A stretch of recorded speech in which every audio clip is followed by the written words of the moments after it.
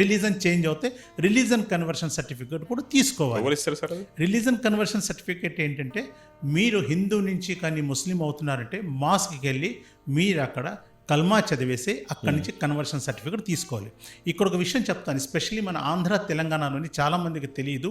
వాళ్ళు మస్జిద్కి వెళ్లకుండా కాలేజెస్లోని ఇన్స్టిట్యూషన్స్లోని ట్రస్టుల దగ్గర వెళ్ళి సర్టిఫికేట్ తీసుకుని స్టేట్ గవర్నమెంట్కి ఫీజు పే చేసి వాక్ఫ్ బోర్డ్ సర్టిఫికేట్ తీసుకుంటున్నారు.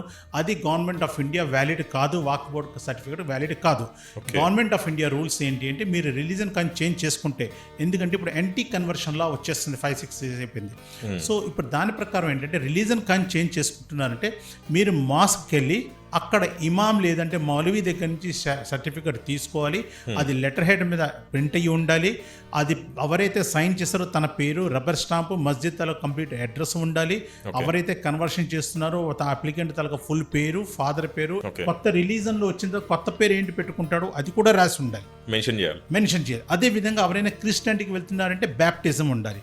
అదే విధంగా హిందూ అవ్వాలంటే ఆర్య సమాజ్ మందిర్ కానీ ఇస్కాన్ టెంపుల్ కానీ వెళ్ళాలి, అక్కడ సర్టిఫికేట్ తీసుకోవాలి. ఎవరైనా కానీ సిక్ అవ్వాలి అంటే అమృత చక్కన అంటారు దాన్ని, ఆ పర్టికులర్ దాన్ని, ఆ రిచువల్స్ ని వాళ్ళు అమృత చక్కన అంటారు. హిందూ అవ్వడానికి శుద్ధి సంస్కారం అంటారు.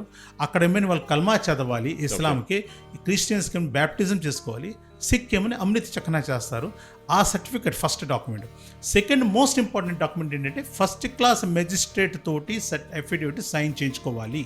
నోటరీ అఫిడవిట్ చెల్లదు. చాలా మంది నోటరీ అఫిడవిట్ అడుగుతూ ఉంటారు, అది చెల్లదు. ఫస్ట్ క్లాస్ మెజిస్ట్రేట్ తోటి సైన్ చేయించుకుని అప్పుడు ఈ 2 డాక్యుమెంట్స్తో పాటు తక్కిన డాక్యుమెంట్స్ మనం కంప్లీట్ చేస్తేనే కన్సిడర్ అవుతుంది.